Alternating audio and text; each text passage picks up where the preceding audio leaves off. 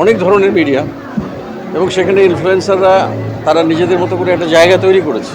ইনফ্লুয়েন্সাররা এবং আমরা একসঙ্গে মিলে কাজটা করতে চাই। সংস্কৃতির যাত্রাটা কখনো মসৃণ নয়। এখন মঞ্চে অনেক ভালো ভালো নাটক হয়েছে, কিন্তু সবার পক্ষে নাটক লেখা সব বানানো সম্ভব নয়।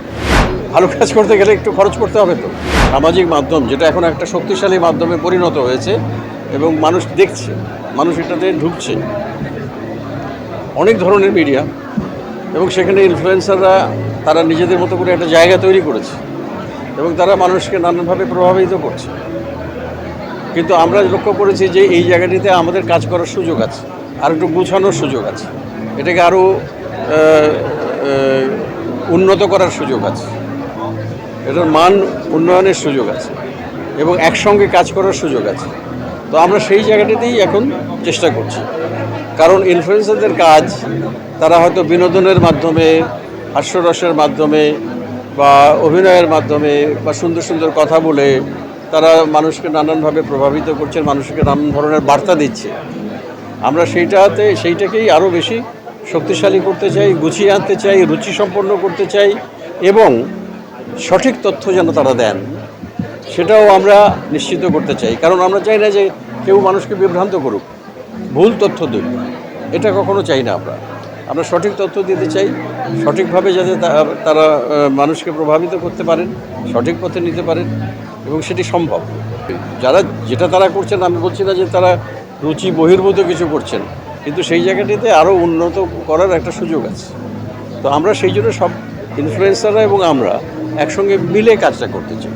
সংস্কৃতির যাত্রাটা কখনো নয়, মানে মসৃণ নয়, এটার একটা ওঠানামা থাকে।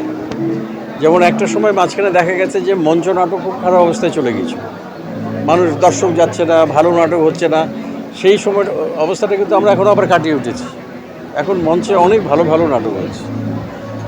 টেলিভিশন নাটক নিয়ে অনেক কথা আছে, কিন্তু সেখানে সমস্যাও আছে। যেমন টেলিভিশন নাটকগুলো ভালো হয় না, কেন হয় না? এর পিছনে অনেকগুলো কারণ আছে।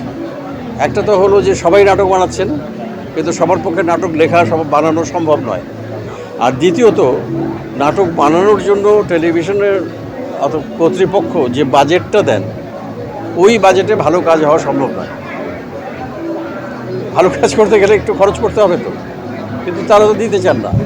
একটা ধারাবাহিক নাটকের প্রতি পর্বে যদি 25,000 টাকা খরচ করে কেউ, তাহলে কিভাবে হবে? বা 30,000 টাকা খরচ করলে কীভাবে ভালো নাটক হবে? সুতরাং সে কারণে ভালো নাটক হচ্ছে না। লেখকের অভাব আছে, এতগুলো চ্যানেল, প্রতিদিন নাটক প্রচারিত হচ্ছে, এত নাট্যকার আছে বাংলাদেশে, এত নাট্য নির্মাতা বাংলাদেশে আছে। ফলে কিছু হয়তো নিম্নমানের কাজ হচ্ছে, আবার ভালো কাজও হচ্ছে। ওটিটি প্ল্যাটফর্মগুলোতে কিছু কিছু ভালো কাজ হচ্ছে।